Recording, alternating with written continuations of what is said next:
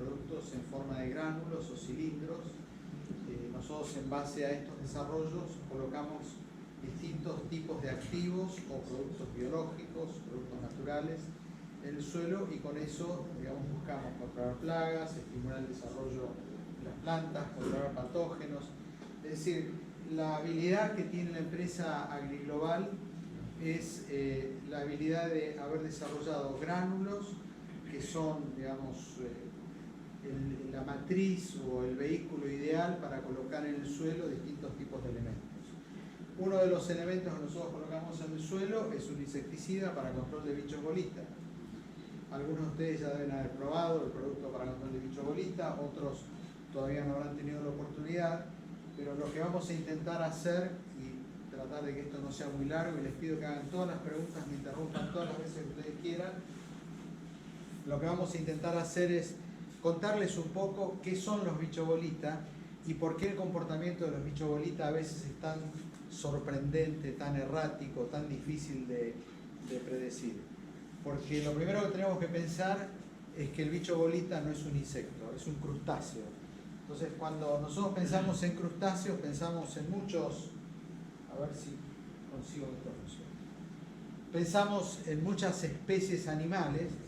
Cuando hablamos de crustáceos, nosotros podemos pensar en cangrejos, podemos pensar en langostinos, podemos pensar en camarones, podemos pensar en langostas, y también podemos pensar en bichos bolita. Entonces, yo muestro esto para un poco explicarles, ya no estamos hablando de un insecto como una plaga de la agricultura, sino que estamos hablando de un ser vivo que es bastante particular, y van a ver qué particularidades tiene unas cuantas.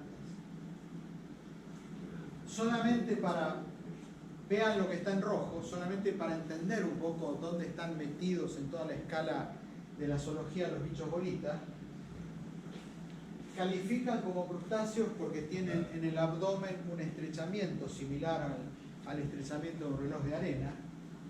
Tienen 7 pares de patas, no tienen 4 como los arácnidos, no tienen 3 pares de patas como los insectos. Y caen en Animalia, si queremos, digamos, ubicarlos en todo lo que es el dominio del reino animal, porque dependen de otros organismos como fuente de alimento. O sea que cuando se clasificaron a los bichos bolita, en algún momento alguien tuvo el trabajo de decir, bueno, ¿y estos personajes dónde los ubicamos? Bueno, ahí más o menos estamos ubicándonos en dónde está el bicho bolita. Pero la verdad que para confundirlos un poco les muestro esto, para que pensemos qué puede tener de similitud o de cercanía un bicho bolita con un soldado romano o con un koala o un canguro, porque ustedes van a decir, este tipo nos vino a hablar de bicho bolita y nos muestra esto. Y la verdad que hay alguna similaridad, eso es un poco una manera de ejemplificarlo.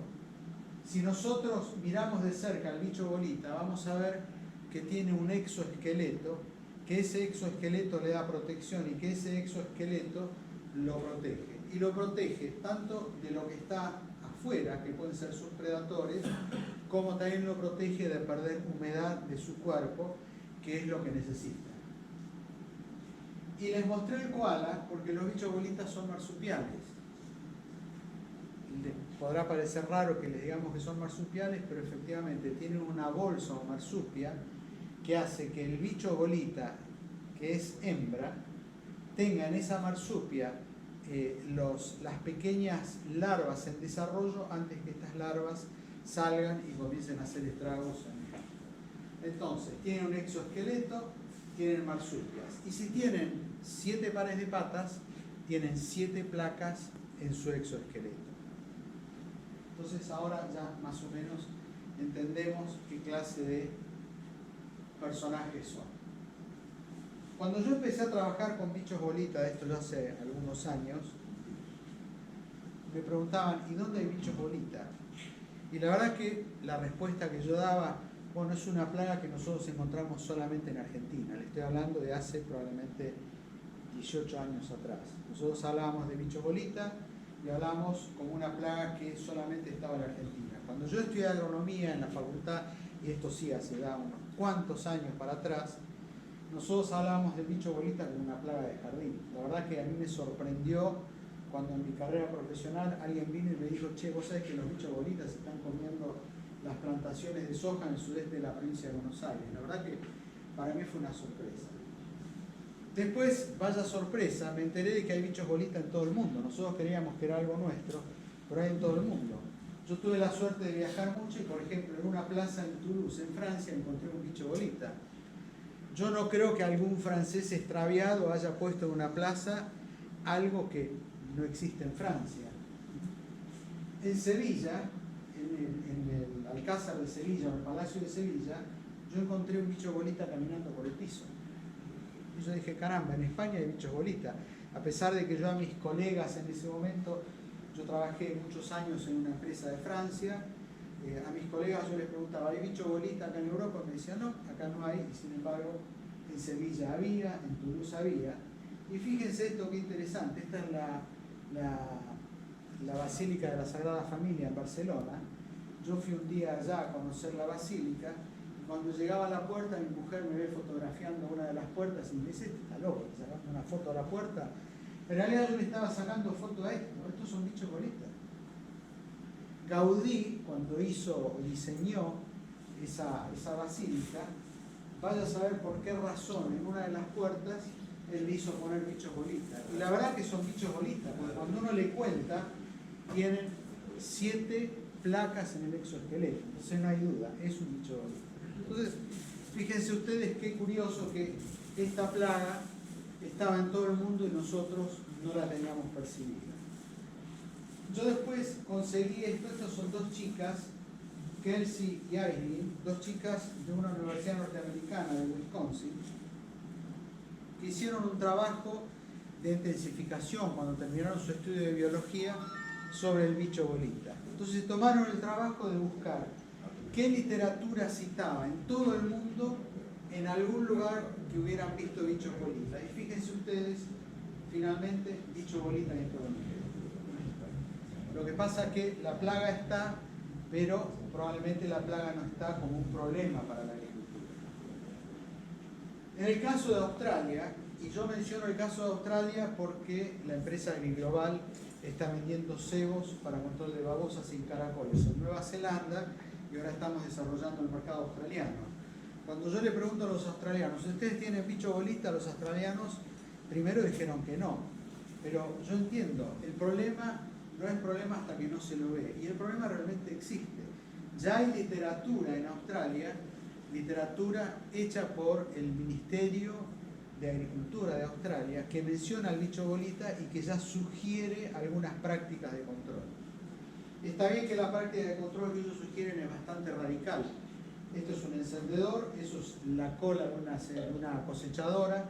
Ellos directamente dicen, bueno, si usted no quiere tener problemas de bicho bolita, préndale fuego a las líneas de la cola de la cosechadora.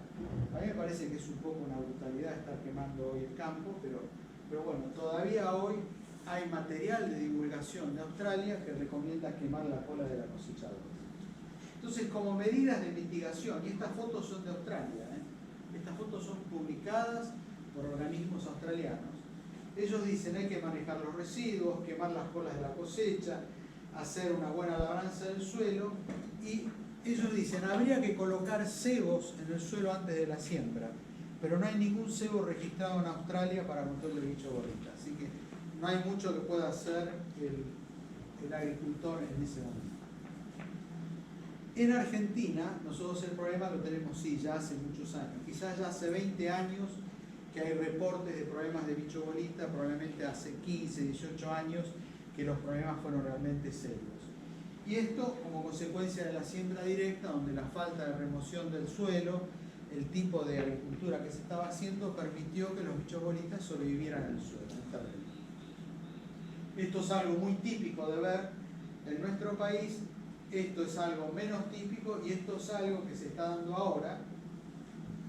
Gente que nos manda fotografías, nosotros tenemos muchos clientes que usan nuestros cebos que nos mandan fotos de curiosidad, decir, mira esto, mira aquello. Bueno, ahora están empezando a encontrar bicho bolita comiendo los granos frescos del maíz.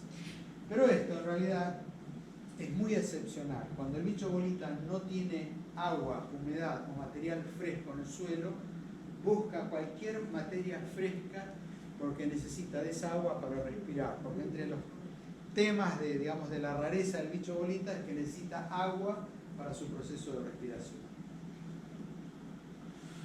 Esto es algo que no lo fotografiamos nosotros, sino que nos lo mandaron colegas de aquí.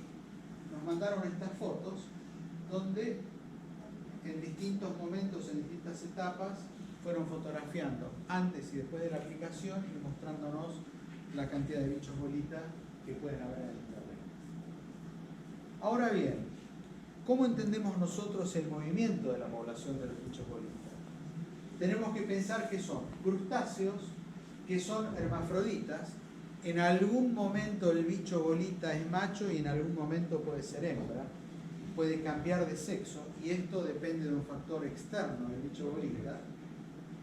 Y sus vidas están vinculadas a una bacteria. ¿Por qué una bacteria? Porque hay una bacteria que interfiere en la vida del bicho bolita y que es la que de alguna manera determina el sexo del bicho bolita. Y la determinación del sexo es que se producen o aparecen mayor cantidad de hembras, entonces hay mayor cantidad de descendencia y ahí es donde aumentan las poblaciones de bicho bolita. ¿Qué significa esto de que hay una bacteria?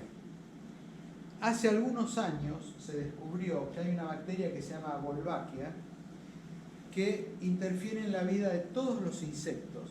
Y esta bacteria es el primer ejemplo de pandemia. Antes del COVID, la Wolbachia ya era una pandemia. Se considera que más o menos el 75% de los insectos en todo el mundo tienen esta bacteria.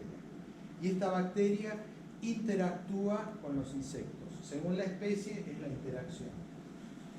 Cuando hay condiciones climáticas estables y cuando las temperaturas son bajas, las poblaciones de esta bacteria permanecen estables. Entonces, si ustedes me dicen, tuvimos un invierno normal, la temperatura normal, la bacteria normal. No varía, no cambia la población de la bacteria. Al no cambiar la población de la bacteria, no cambia nada. Si nosotros tenemos algún cambio climático importante en la temporada, cambio climático importante en la temporada, ¿qué puede ser? Ustedes ahora tienen una seca, de golpe ahora en 15 días empieza a llover, aparece mucha humedad, sube la temperatura, eso va a cambiar la cantidad de bacterias presentes en los insectos. Supongamos otro ejemplo.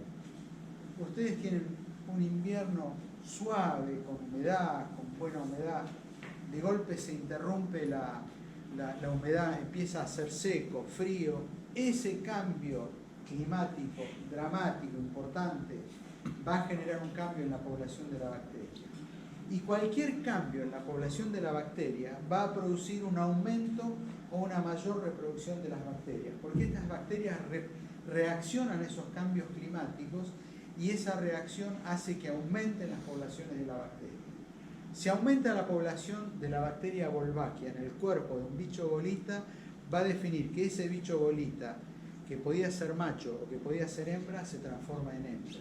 Entonces, el esperma que tiene en su ooteca lo va a usar para producir, para fecundar sus óvulos y con ese esperma y con esa fecundación va a producir una descendencia. Entonces, un cambio importante en el clima en una estación puede producir un aumento de bichos bolitas.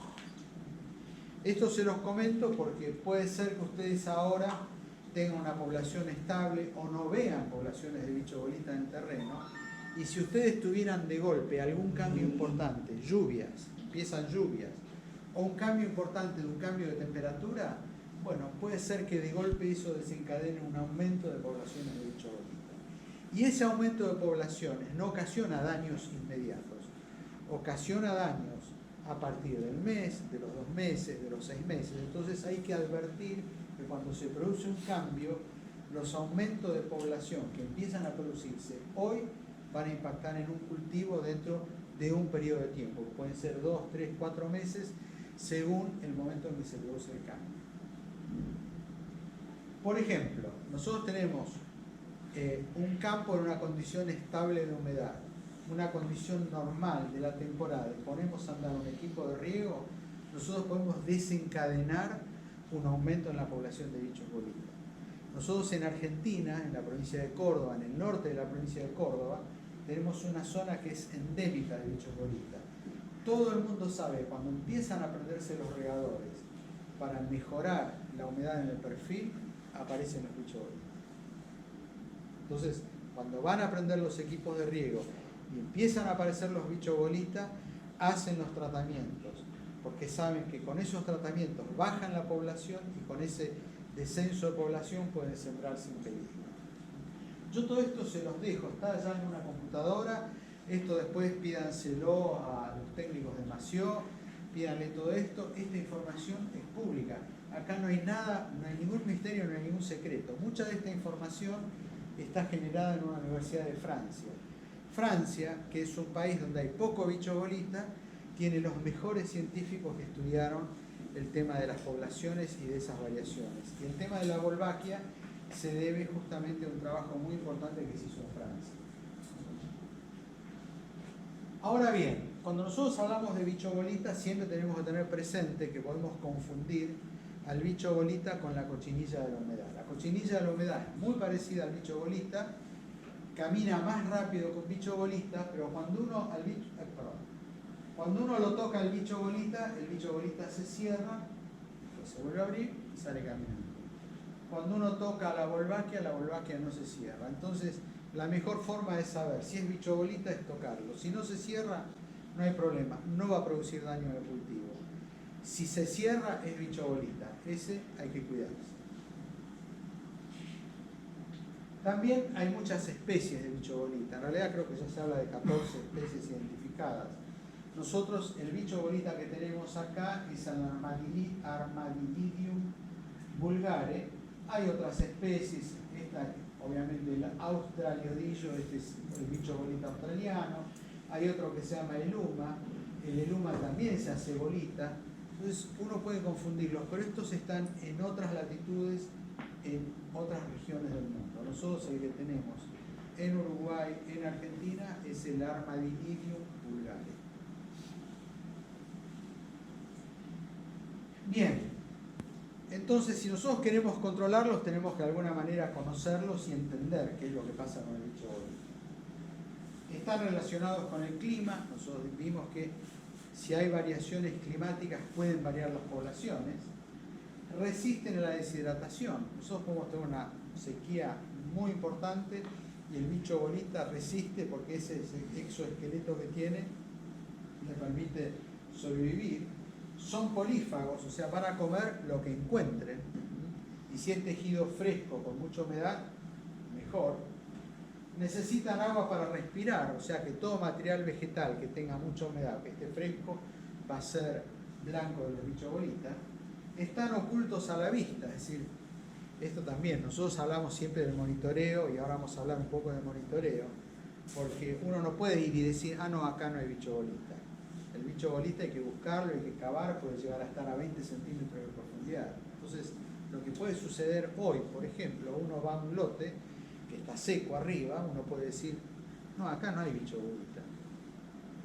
Yo diría hay que cavar un poco, porque a mí me ha pasado muchas veces estar con productores que decían, no, venga ingeniero, venga al campo a ver que yo no tengo bicho bolita. Y la verdad que a veces uno empieza a cavar y se lleva sorpresa. Entonces, eso también es muy importante, estar ocultos a la vista. Pulverizar no resuelve el problema. Nosotros durante muchos años teníamos a la gente que decía, no, yo con el glifosato, en el barbecho, le meto un poquitito de cipermetrina y con eso seguro que no voy a tener bicho bolita. Y la verdad que la cipermetrina para que llegue a 20 centímetros de profundidad es un poco difícil. Entonces, realmente yo diría que no es la solución. Y son muy voraces. Tan voraces que probablemente ustedes habrán visto la experiencia. Ustedes tienen poblaciones muy altas. Nosotros tenemos mucha gente en Argentina que nos ha dicho, no, a mí en una noche me liquidaron el lote. Y sí, son muy voraces. Acá está un poco lo que yo venía comentando. Bueno, nosotros tenemos que pensar que el bicho bolita es marsupial, que la hembra va a tener los huevos fecundados, las ninfas las va a tener ahí protegidas de la marsupia. Bueno, si uno va al campo, esto se puede ver. Esto es muy interesante. Yo a veces voy, cuando nosotros hacemos algún entrenamiento a campo, voy, agarro un bicho bolita, lo levanto y la gente dice que yo esto no lo voy a ver ni loco. Y esto se ve. A simple vista se ve, hay que tener muy buena vista, con una lupa se ve mucho mejor. Si uno va al campo y ve que los bichos bolitas, que en este caso son hembras, tienen, digamos, el vientre blanquito, hinchadito, ¿saben qué significa eso? Tengo un mes. Si esto lo ven un mes antes de la siembra, estamos en problemas. Si ustedes esto lo ven 2 meses antes de la siembra, peor. Pero lo que sabemos es que todavía tenemos tiempo. Si esto lo ven en el momento previo a la siembra, digamos que la situación es mejor para poder manejarla. Si nosotros vemos a la hembra con sus, se llaman mancas juveniles, lo vemos con sus mancas juveniles ya caminándole sobre el vientre, y ahí ya estamos en problemas. Si vamos a poner una semilla, tenemos que hacer un tratamiento. Si nosotros encontramos el bicho bolita en este estadio, bueno, tenemos que tratar. Y según el tamaño, nosotros tenemos ya muchos profesionales en el INTA que han investigado, que han empezado a evaluar, porque al productor hay que darle herramientas. Entonces, por ejemplo, el doctor Manetti del INTA de Balcarce, él a una manca juvenil le asigna un valor de daño de 1/5 de ya un bicho bolita adulto. Y un bicho bolita de 2 años le asigna el doble de daño de un bicho bolita adulto. Y acá les acabo de contar que el bicho bolita vive 2 años. Entonces, si yo este año tengo bicho bolita y no lo controlo, el año que viene también puedo tener bicho bolita. O sea, viven más o menos 2 años, 2 años y medio. Ustedes también se van a preguntar cuánto come el bicho bolita. ¿Come mucho? ¿Puede hacer mucho daño? ¿Cuánto come el cebo? Un granito de cebo, ¿para cuántos bichos bolitas me sirven? La verdad es que a veces hablarlo, plantearlo de esta manera puede sonar ridículo. Hay gente que me dice, che, ¿vos te fijaste que un granito de 1 milímetro por 2 milímetros, como explicó Federico, es comido por uno o por varios bichos bolitas? Y sí, eso tiene sentido saberlo. Porque de acuerdo a la población que uno tiene, es la dosis que uno aplica. Y la dosis que uno aplica es de comida. Si nosotros estamos todos acá hambreados y nos tiran un sándwich a todos juntos, no va a alcanzar. Si nos tiran 50 y poco nos vamos a pelear. Y si nos tiran 200, bueno, va a alcanzar. Esto es lo mismo, el bicho bolita come y con eso que come se envenena. Bueno, en Francia, yo les decía que hay gente que está trabajando hace años. En la Universidad de Poitiers hay un grupo de investigadores que hace un montón de años se llevó bichos bolitas de Sudamérica, los vienen estudiando, y hicieron un montón de trabajo, donde, por ejemplo, ellos asumen cuánto come un bicho bolita de gránulo, cuánto puede comer de un material placebo o cuánto puede comer de un material fresco que le gusta. Por ejemplo, si nosotros le damos zanahoria, la zanahoria fresca, y el tipo se la come en cantidades. Si nosotros le damos un gránulo placebo, come muy poca cantidad. Llegan a comer en promedio más o menos 1 miligramo. Si nosotros le damos un gránulo con cebo, va a comer más o menos entre la 10ª y la 12ª parte. Esto significa que si yo le aplico un gránulo y el bicho bolita va a comer más o menos 0,07 miligramos y yo tengo 100.000 gránulos en 1 kilo, significa que voy a tener gránulos que van a pesar 100 miligramos, yo voy a alimentar más o menos unos 40 bichos bolitas con 1 gránulo. Y esto, que puede parecer ridículo porque nadie dosifica en gránulos por bicho bolita, nosotros dosificamos por hectárea. Nosotros tenemos que entenderlo, porque si nosotros tenemos una población de 100 bichos bolitas por metro cuadrado, o tenemos una población de 600, como se han visto acá en Uruguay, o de 1200, como se han visto acá en el Uruguay, nosotros tenemos que pensar que cuanto más bichos bolitas tenemos comiendo, más gránulos tenemos que tener en el terreno. Entonces, eso es lo que de alguna manera define la dosis, porque estamos echando una dosis para que un individuo venga y coma. No estamos pulverizando para pegarle a un individuo y que se muera. Entonces, todo esto que puede parecer bastante latoso, es una manera de explicar o intentar explicar por qué nosotros tenemos que contar los bichos bolitas del terreno para después decidir qué dosis hay que aplicar. Entonces, si nosotros hacemos esta cuenta, un gránulo podría alcanzar para 40 bichos bolitas. 3 kilos representan 3 kilos por hectárea, ¿no?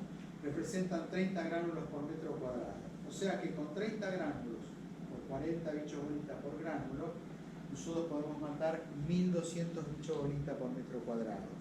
Entonces, si yo tengo una población de 1200 bichos bolitas por metro cuadrado en condiciones ideales, con 3 kilos por hectárea de matavivos, la voy a controlar. Por eso es la cuenta que yo les hacía. Ahora, ¿nosotros podemos manejar las dosis con cálculos matemáticos? Sí, yo les diría que no. Nosotros, esto es biología, esto no es nada exacto. Entonces, ¿cuál sería la dosis adecuada a utilizar? Nosotros podemos contarles que si tenemos menos de 60 bichos bolitas por metro cuadrado, eso no alcanza a producir el daño como para justificar un tratamiento. Si nosotros tenemos más de 60 bichos bolitas por metro cuadrado, tenemos que aplicar el cebo, pero tenemos que tener en cuenta el estado de la plaga. Si nosotros tenemos entre 120 y 250, tenemos que aplicar el cebo, pero también tenemos que pensar en qué momento lo estamos aplicando. Porque si yo siempre tengo las plantas emergidas y ahí me acuerdo de ir a contar los bichos bolitas y a decidir la aplicación 3 o 4 días después, creo que estamos, como decimos, en el horno.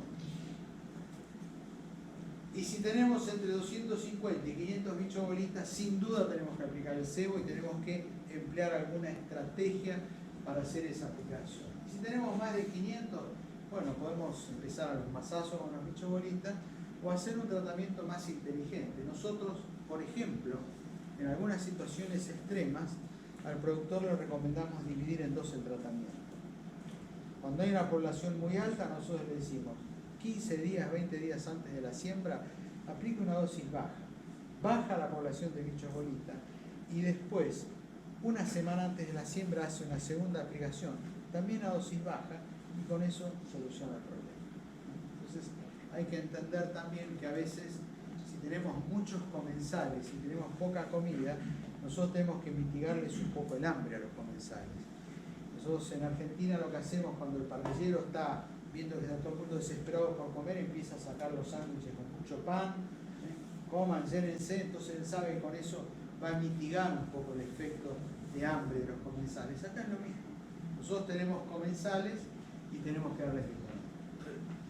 Ahora, ¿qué nos puede pasar si nosotros no le prestamos atención y sabemos que en un suelo hay problemas de bicho bolita?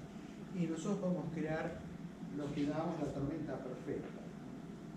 No sé si ustedes recuerdan esta escena, esta fue una película donde a todos nos da un poco de bronca que ese barco se dé vuelta, pero bueno, la tormenta era tan perfecta que el barco tenía que darse vuelta. Pero la tormenta perfecta es una expresión que describe un evento que es una combinación de distintas situaciones que finalmente desencadenan esa tormenta.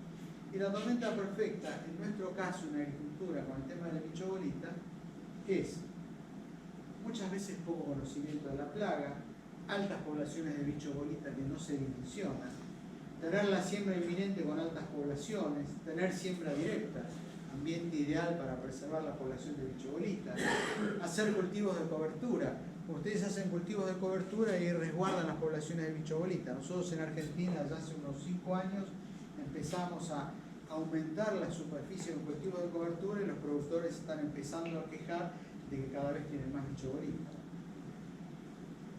Que haya ninfas en la marsupia, si nosotros las vemos podemos prevenir esa tormenta. Que haya mancas juveniles, adultos en el terreno, que haya muchos restos vegetales, que tengamos algún cambio importante en el clima, que es lo que va a generar el aumento de la población de bichos bolitas. Que tengamos un equipo de riego, que de golpe empieza a echar agua y los bichos bolitas se ven todos para arriba.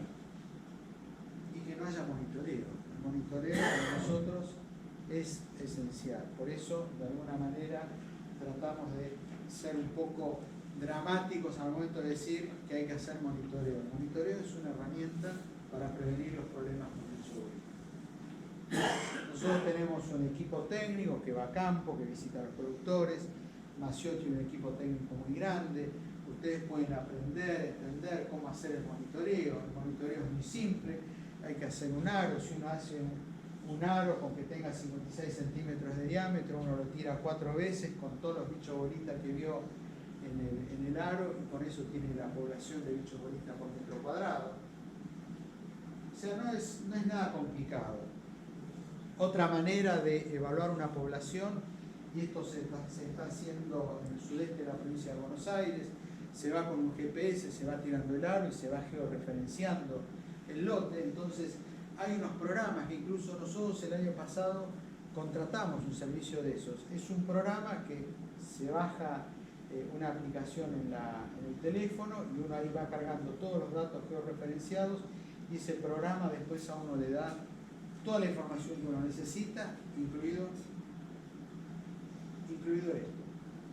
¿Por qué? Porque en algún punto nosotros sabemos que hay zonas del terreno con más bicho bolita y zonas del terreno con menos bicho bolita. Entonces, una aspiración que nosotros tenemos es no tirar 4 kilos por hectárea en todo el terreno, sino cuando uno puede determinar cuál es la concentración o el nivel de infestación, uno puede hasta de alguna manera segmentar la dosis que va a utilizar. Otro, digamos, resultado que nos da este sistema de monitoreo georreferenciado es que uno va guardando los mapas de un año para el otro y va viendo cuál es la evolución de la plaga dentro del mismo lote. Esto, por ejemplo, es una empresa que se llama Zoom Monitoreos. Ellos hacen monitoreos y hacen aplicaciones. Esta gente lo que hace es, este es el mismo lote que fue visto en 2015, en 2016, en 2017. Acá figura cuál es el cultivo antecesor, qué es lo que van a sembrar, cuál es la densidad promedio de bichos bolistas, cuál es la densidad máxima. Entonces, según la intensidad de color, es donde hay más población de bichos bolistas. Y lo que hace el aplicador, nosotros aplicamos mucho el cebo con cuatriciclos. Lo que hace el aplicador es, donde tiene más densidad del bicho bolista, va un poco más despacio y sabe que la dosis es algo mayor. Donde sabe que no tiene bicho bolita o tiene muy poco, va más rápido y la dosis es menor. Y esa manera, que es muy empírica, que es muy, podrán decir, casera, pero es una manera de regular la dosis. Porque si ustedes miran, con el curso de los años, 3 años consecutivos, hubo bicho bolita en una zona que después se corrió hacia otra zona. Pero uno con ese monitoreo, con ese mapa, plano, o como quieran llamarle el monitoreo, uno puede tomar una decisión mejor de la dosis que va a aplicar. Y lo que hacen los monitoreadores, esto es otro monitoreador que se llama César Ambrosio, él nos va a nosotros pasando los resultados de los monitoreos. ¿Por qué nos los pasa? Porque nosotros después vamos pasándole a la gente, según la fecha, qué es lo que está apareciendo, qué es lo que muestra el monitoreo. Por ejemplo, estas son viejas, son del 2020, pero el 15 de septiembre estábamos pasando recuentos de babosas y el 29 de septiembre, ya al fin de mes, estaban apareciendo los bichos bolitas. Entonces el monitoreador va advirtiendo, y si aparece bicho bolita en una zona, es de esperar que en los alrededores haya bicho bolita también, porque el clima, digamos, más o menos afecta a una zona, no afecta un campo o un lote solamente. ¿Puedes pasar la anterior que pusiste? Esa. ¿No parecería ir aplicando menos, como se va corriendo, la población va creciendo para ver que aplicaste menos un año antes? A ver, esa podría ser una conclusión. Podría ser una conclusión. En realidad la dosis promedio que se aplicó acá fue de 3,5 kilos, acá se aplicaron 4 kilos. Obviamente que se aplicaron 4 kilos porque la intensidad que se veía era mayor. Puede ser que haya una variación en la población. Donde aplicó más y menos, y donde aplicó menos porque capaz que la dejó a armarse. Capaz que meterle a todo igual. Estos fueron 2 años más húmedos, este fue un año más seco. Y sobre la zona más baja del terreno donde apareció el bicho bolita. La conclusión del monitoreador fue: acá había humedad suficiente, entonces el bicho bolita estaba concentrado donde había mayor cantidad de afloramiento calcáreo. Esta zona tiene afloramientos calcáreos entonces. Este año fue más seco, el bicho bolita se vino donde había humedad. A ver, teorías podemos hacer muchísimas. Y la verdad que esta es una buena idea, puede ser. Pero esto lo que nos está también mostrando es que todos los años, si nosotros monitoreamos, podemos encontrar con un escenario diferente. Y todos los años, lamentablemente, por más que se hayan aplicado 3,5 kilos o 4 kilos, el bicho bolita sigue estando. O sea, el bicho bolita no se lo puede erradicar. El único que va a erradicar al bicho bolita es el clima, si mantiene algún grado de estabilidad por un tiempo muy prolongado. Entonces, ahí puede ser que ese año no tengamos bicho bolita.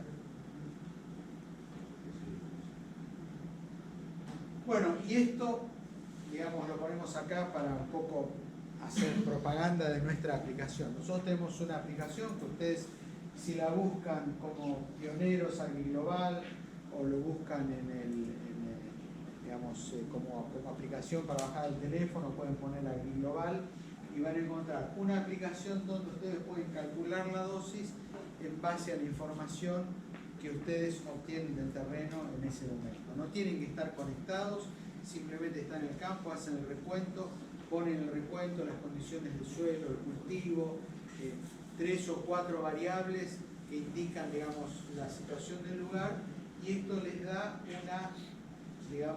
una aproximación de lo que podría ser una dosis de uso de cebo para control de bicho bolita. Si ustedes le apuntan a eso con un teléfono, van a poder bajar la aplicación. De todas maneras, si ustedes van al App Store, a Google Play, y ponen AgriGlobal o App AgriGlobal o Pioneros, van a encontrar la aplicación.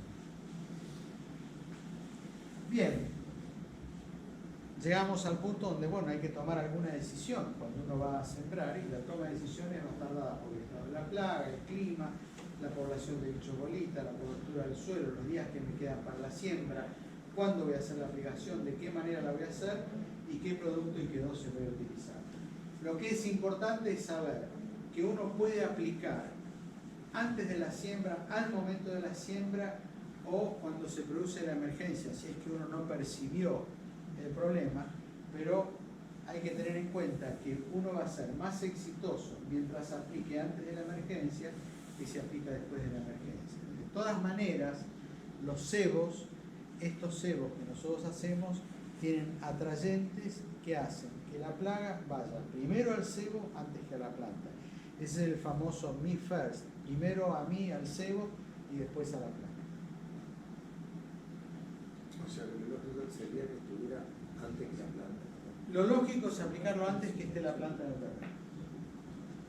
Lo que no recomendamos es aplicarlo el día previo a la siembra, porque en el momento de la siembra hay remoción del terreno, se entierran gránulos en el terreno. Entonces, lo ideal en ese caso, si uno no aplicó antes de la siembra, es aplicar junto con la siembra detrás de la sembradora o aplicar al día siguiente. Si no, lo mejor es 4 o 5 días antes de la siembra, eso es una semana, eso no. Bueno, esto yo lo muestro nada más porque en Argentina nosotros tenemos un competidor que es el Clartex Extra.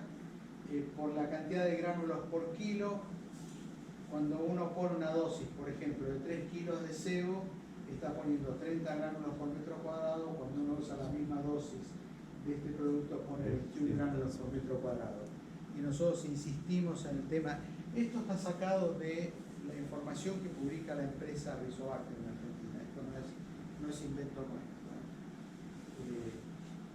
La idea es que haya una gran cantidad de gránulos disponibles en el suelo y que estén distribuidos de manera uniforme. Por eso nosotros insistimos mucho en la importancia de la aplicación. O sea, la importancia de la aplicación, ¿por qué? Porque la forma de aplicación y la calidad de aplicación va a definir que uno, para una población alta de bicho bolita, tenga suficiente cantidad de gránulos disponibles para los bichos bolitas. No sé, Hernán, si querés que cortemos, quedan unos 10 minutos. ¿Con el video? No, que cortemos si quieren parar un poco, hacer un break. No, mira, tenemos media hora hasta que se cruza la Bueno. Nosotros hoy traíamos en la camioneta una máquina de estas para traerla acá, ponerla, exhibirla, y lamentablemente en el buquebús, antes de subir, nos hicieron bajar la máquina. Pero bueno, esa máquina va a venir. Nosotros estábamos mandando una máquina para hacer demostraciones, trabajos prácticos de aplicación, con una aplicadora muy sencilla, en la que nosotros, esta es una aplicadora que es copia de aplicadoras europeas que se fabrican en Argentina. Nosotros fuimos al fabricante y le hicimos cambiar el disco giratorio y le hicimos hacer un disco con elevación, porque nosotros queremos que aplique a mayor distancia. Con una maquinita de estas montada en un cuatriciclo, por ejemplo, en Argentina se hacen 100 hectáreas por día. Un cuatriciclo con una maquinita de estas, 100 hectáreas por día. Allá la máquina puede ir montada en un cuatriciclo, puede ir montada sobre una camioneta. Es muy fácil de usar, se conecta a la batería, tiene una regulación para definir la cantidad de gránulos que van a caer por minuto, y uno con una regulación rápida puede determinar cuánto, digamos, va a aplicar en kilos por hectárea. Lo que para nosotros es importante es que los gránulos, si son uniformes, por eso Federico hoy mencionó, nosotros hacemos un cribado final del gránulo para que todos los gránulos sean iguales. Nosotros queremos que todos los gránulos pesen lo mismo para que todos los gránulos vayan más o menos a la misma distancia. Nosotros con esta máquina podemos cubrir más o menos unos 11 metros de cada lado. Quiere decir que el cuatriciclo, cuando avanza, hace como mínimo 20 metros de ancho en el tratamiento. Gránulos más chicos van a tener muy poco peso y por lo tanto van a tener poca energía cinética para desplazarse. Gránulos muy grandes, que es el caso del gránulo del Clartex, es más pesado, va a más distancia, pero son menos gránulos por metro cuadrado. Pero nosotros más o menos le decimos, mire, usted aplica con un cuatriciclo con esta máquina, 20 metros de ancho los tiene asegurados. El resto puede encimar, ir encimando, como para, digamos, asegurarse que no hay espacios sin tratamiento.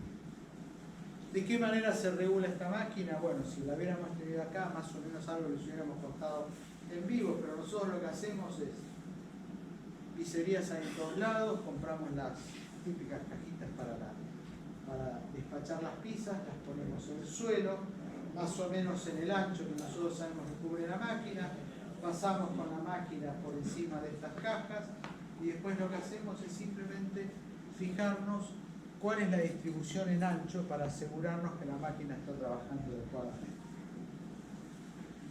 Algo que empezó cada vez a estar más en uso en Argentina para la aplicación de estos cebos es el avión.